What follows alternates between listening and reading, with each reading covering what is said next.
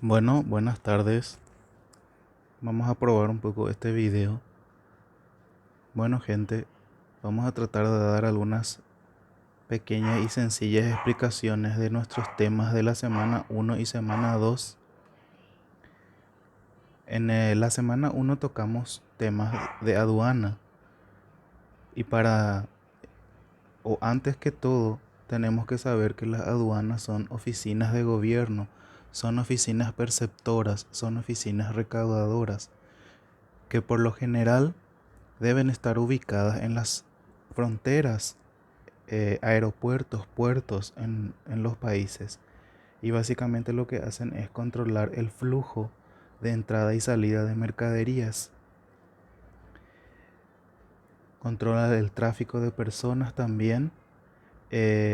Y todo básicamente lo que ingresa y egresa de un país, y que su ingreso y egreso se ajuste a las normativas que existen en ese momento. Eso sería en forma básica lo que es una aduana. Nosotros específicamente, nuestro programa nos pide hablar sobre la parte tributaria, o mejor dicho, debemos darle más caso a la parte tributaria de las aduanas, ¿verdad? Y entender un poquito de qué se trata. Habíamos desarrollado nosotros, o tienen ustedes en sus materiales, que dicho sea de paso, es un extracto del Código Aduanero. El Código Aduanero es un cuerpo legal bastante extenso y puede ser inclusive tedioso leer todo. Yo les hice un pequeñísimo extracto de la parte fundamental que nos interesa para nuestra materia, que es derecho tributario. Entonces yo les pido que puedan leer, que puedan complementar sus estudios leyendo íntegramente y no solamente buscando las respuestas de la tarea. Entonces, en su material ustedes tienen que las aduanas, las oficinas aduaneras, tienen atribuciones y tienen deberes que les da la ley. Entonces, tienen el poder fiscal, el poder para cobrar impuestos en la zona que le toca trabajar. Ustedes desarrollaron que tenemos zonas, o que la aduana se despliega a través de zonas. Zona primaria, ¿verdad? Entonces, en la zona primaria, que es el espacio, pudiendo ser fluvial, terrestre, o en el espacio, ¿verdad? Donde se efectúan las operaciones, por ejemplo, de embarque, o sea, donde, donde se alzan o donde se bajan las mercaderías. Esa es la zona primaria. Ahí se fiscaliza y se controla eh, todo lo que tenga que ver con cumplir con los requisitos que pide la ley. Se fiscaliza en esa parte, se inspecciona. Esa es entonces la zona primaria, ¿verdad? Que ustedes desarrollaron. Lo más interesante, o los temas más interesantes que después se abordaron, son las personas que están vinculadas a las aduanas. Así tenemos los importadores, los exportadores, ¿verdad? Quienes son finalmente las personas que hacen que exista flujo de entrada y salida de mercaderías. Y los despachantes de aduana, quienes finalmente son funcionarios o son profesionales. Habíamos desarrollado nosotros en otra oportunidad anterior que los despachantes de aduana son profesionales que a su vez tributan según nuestra ley nacional. Los despachantes de aduana finalmente son los profesionales o los entendedores que hacen que la entrada y salida de las mercancías, de las mercaderías a nuestro país o fuera de nuestro país, pueda ser posible, velando porque se cumplan todos los requisitos que exige la ley o que exige cualquier normativa específica dependiendo de qué se trata la mercadería que se está queriendo sacar o ingresar a nuestro país. Entonces es vital la presencia y el trabajo que va a prestar el despachante de aduanas. Como su nombre lo dice, despachante es el que realiza el despacho o los trámites necesarios para que la mercadería en forma legal pueda ingresar o egresar con respecto a nuestro país, ¿verdad? Otro profesional relacionado a las aduanas es el agente de transporte, ¿verdad? Que puede ser una persona al servicio de las aduanas, de la parte, por supuesto, del transporte, como su nombre lo dice. Siempre realiza trámites que se relacionan también con la entrada y la salida de mercaderías a través del medio de transporte que en este caso está conduciendo, ¿verdad? Tenemos el depositario de mercaderías o el depósito de mercaderías. También es una actividad vital y muy necesaria en las inmediaciones o en las aduanas, porque las mercaderías, el flujo de entrada y salida, no siempre en la zona primaria o en principio cumplen con todas las normativas necesarias para su ingreso o para su egreso. Por lo tanto, pueden convertirse en trámites que son burocráticos y que pueden durar mucho tiempo. En ese caso, ¿dónde depositamos las mercaderías si el trámite o el proceso de regularización de la entrada y salida de las mismas va a durar más de un día? Las mercancías no quedan varadas o no quedan expuestas al aire en el predio de aduanas. Es necesario depositarlas y es ahí la importancia de las personas que se dedican al depósito de mercaderías específicamente en zona de aduanas, donde depositaremos esas mercaderías por el tiempo necesario que dure el trámite que pueda hacer que sea regular la entrada y salida de nuestras mercaderías. Por eso es súper importante las personas en zona de aduana que se dedican al depósito de mercaderías.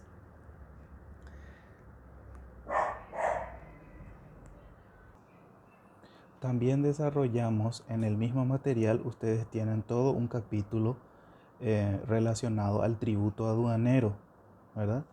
Y explica que el tributo aduanero es el conjunto o el monto que se cobra tanto por motivo de entrada o salida de las mercaderías en nuestro país o a nuestro país, ¿verdad? Esa obligación de pagar ese tributo aduanero nace con la importación o exportación de las mercaderías, ¿verdad? O sea, el motivo, el hecho imponible, la actividad que me obliga a pagar un impuesto aduanero sería la importación o la exportación de mercaderías. No se olviden de esa parte. Eso es lo importante, porque habíamos dicho que en nuestro país los impuestos son obligatorios siempre y cuando se cumplan ciertas situaciones. Vimos eso en nuestras clases presenciales. Todos los impuestos son obligatorios desde el momento que se cumple con el hecho imponible o desde el momento en que ocurre esa situación que me torna a mí un sujeto que debe pagar, ¿verdad? Debe ocurrir esa situación para que yo esté obligado a pagar.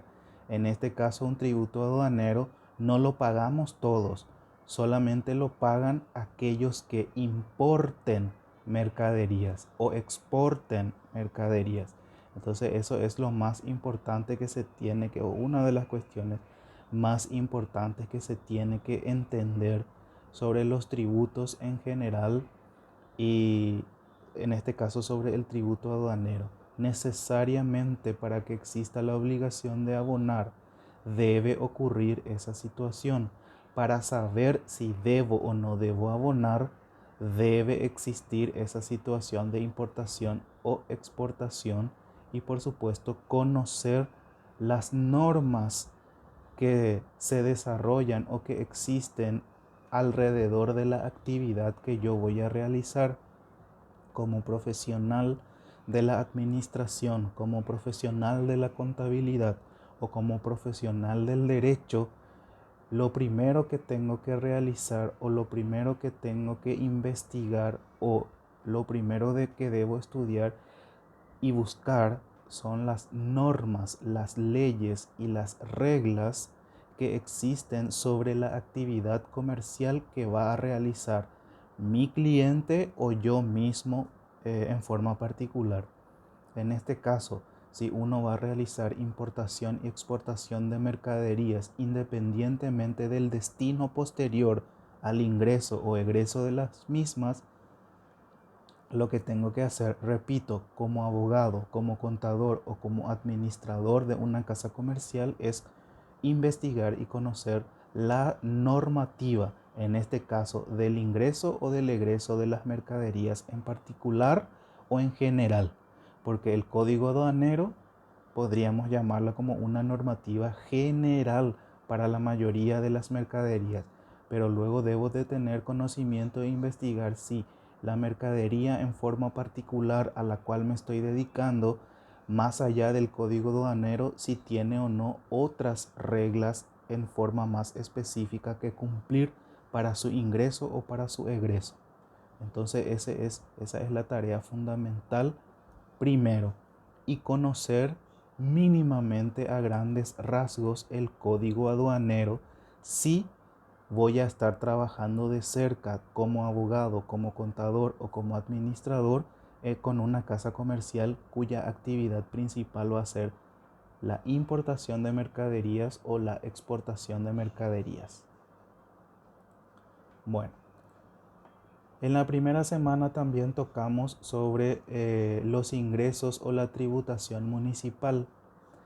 La ley orgánica municipal, que es la 3966, es en este caso la fuente oficial de la que debemos nutrirnos para poder estudiar.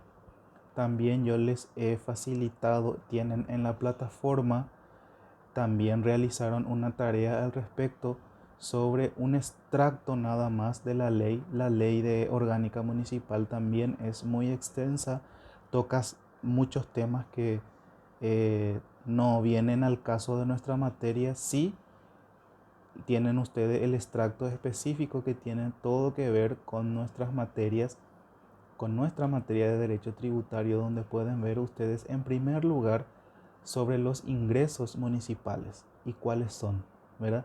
Y entre esos ingresos municipales, lo que más nos interesa es que hay ingresos tributarios.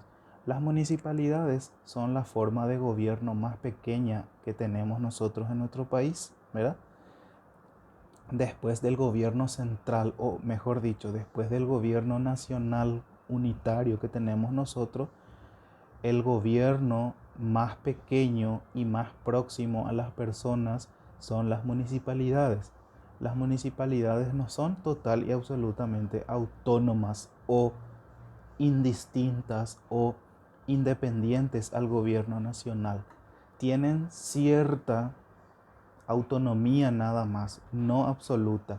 Y esa cierta autonomía, esa pequeñísima independencia que tienen del gobierno nacional, justamente es en la recaudación de ingresos, ¿verdad?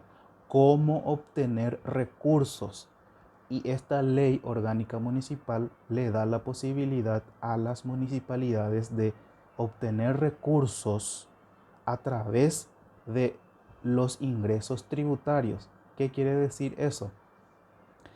Que le da la capacidad de cobrar, para poder tener recursos, de cobrar ciertos tributos. No nos olvidemos, el tributo era algo general que contiene tres temas específicos: impuestos, tasas y contribuciones. Sabemos bien que los impuestos solamente pueden ser creados por ley. En este caso, el impuesto por excelencia que cobra la municipalidad es el impuesto inmobiliario, establecido por la Constitución Nacional y las leyes. Luego, la municipalidad, eh, utilizando esa característica o mínima autonomía que tiene, más se desarrolla en los que son tasas y contribuciones, donde no necesita la autorización del gobierno nacional para realizarlas, porque justamente ese es el permiso que tiene la municipalidad: buscar recursos principalmente a través de tasas y contribuciones. Impuestos si es que hay una ley que así le faculta, como en el impuesto inmobiliario, pero tienen esa libertad, vamos a decir, de generar tasas y contribuciones para así tener recursos, ¿verdad? Habíamos dicho, nosotros sabemos, en nuestras clases presenciales habíamos desarrollado la diferencia entre tasa y precio.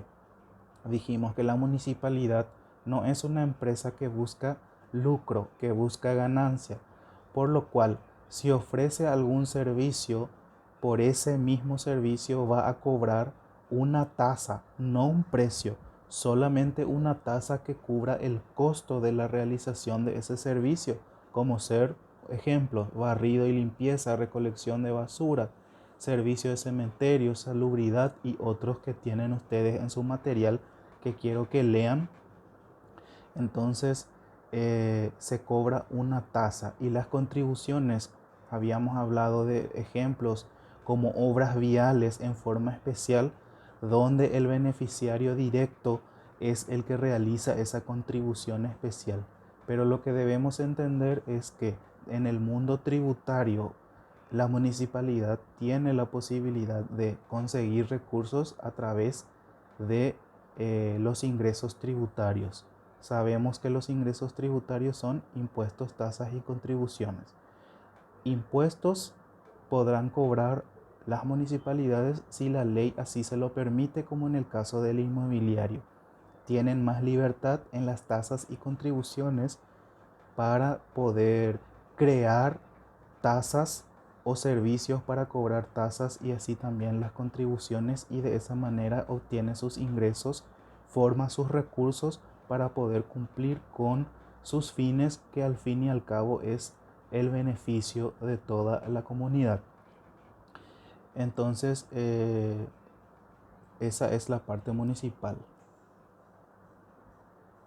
En la segunda semana desarrollamos ya los impuestos en particular, y tienen ustedes en el material que está disponible en la plataforma también un extracto, o más bien un resumen, basado en nuestra ley 125 y la ley de adecuación fiscal también. Entonces esa es la fuente bibliográfica de ese resumen, y yo les insto también a complementar la lectura de este material que está disponible con las leyes principales de impuestos que tenemos en nuestro país, la 125 y la ley de adecuación fiscal. Entonces, para que puedan complementar.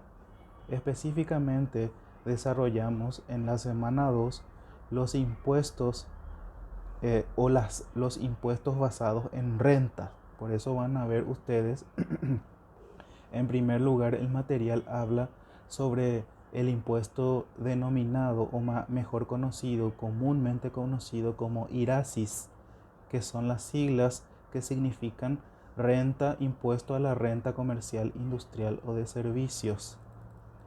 Más adelante tienen la renta de las actividades agropecuarias, IRAGRO.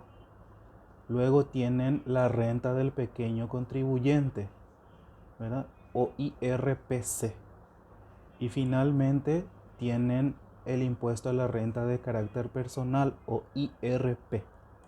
Todas las rentas, todos los impuestos a la renta que tenemos en nuestro país, entonces tienen en ese resumen, ¿verdad? Y hablando un poquito sobre el IRASIS o impuesto a la renta de actividades comercial, industrial o de servicio, establece la ley que este impuesto grava las rentas que son de fuente paraguaya que provengan de la realización de esas actividades, ya sea comerciales, industriales o de servicio. Nuevamente, ¿cuál es el hecho imponible o cuándo uno debe pagar IRASIS? Justamente cuando realice o cuando obtenga ganancias por realizar actividades comerciales, industriales o de servicio. Esa es en forma básica y fácil la razón por la cual hay que pagar IRASIS. Tienen ustedes ahí a disposición toda la información que la ley otorga como cuáles son específicamente las actividades eh, cuya realización implicaría pagar IRASIS, ¿verdad? Algunos ejemplos que son las sociedades o el movimiento de mercaderías, ¿verdad? También puede ser ciertas actividades como carpintería, estacionamiento, hoteles, etc. Los contribuyentes todos tienen en el resumen.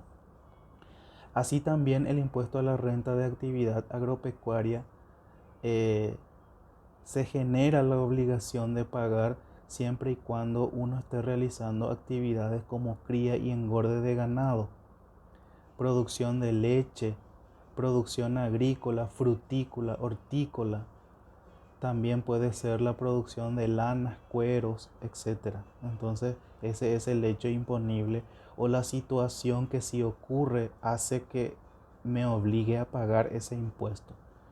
Después tenemos la renta del pequeño contribuyente que grava los ingresos que provienen, parecido también al IRASIS, de actividades comerciales, industriales o de servicios que no sean de carácter personal, ¿verdad? Deben ser servicios a nivel empresarial, a nivel comercial, ¿verdad? Los contribuyentes de este IRPC son las pequeñas empresas, ¿verdad? Llamadas también empresas unipersonales. Entonces, el IRPC es como el IRASIS, pero pagan las empresas unipersonales, ¿verdad? Recordemos que las empresas unipersonales son aquellas que tienen un solo dueño. El IRASIS, que sería básicamente lo mismo, es más bien para grandes contribuyentes, ¿verdad? Las empresas que se despliegan en formato de sociedad, por ejemplo, y realizan las actividades comerciales, industriales o de servicios. Y la renta personal finalmente,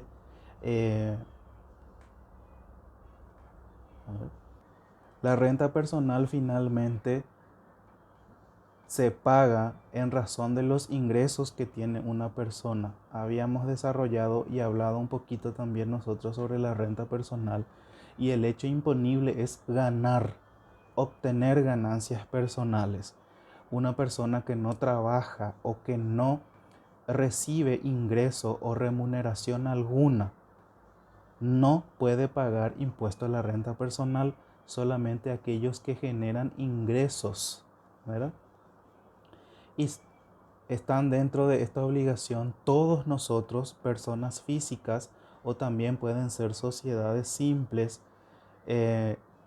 Repetimos, que obtengamos ingresos. Ese es el hecho imponible, esa es la situación que debe ocurrir para que yo pague impuesto a la renta, como dice su nombre, personal. Bueno, entonces esta segunda semana también tiene su tarea, espero que todos la puedan realizar. Los materiales de la tercera semana también ya están disponibles, bajen de la plataforma, bajen la tarea. Por favor, utilicen también el foro que tenemos disponible para que puedan realizar todas sus consultas y preguntas donde yo voy respondiendo, pero por favor les insto a que utilicen el foro. Eso forma parte también de la evaluación, forma parte del proceso. Deben participar en el foro. Entonces les insto a que realicen sus preguntas en el foro que está dentro de la plataforma. Ya todos saben dónde encontrar y cómo utilizar.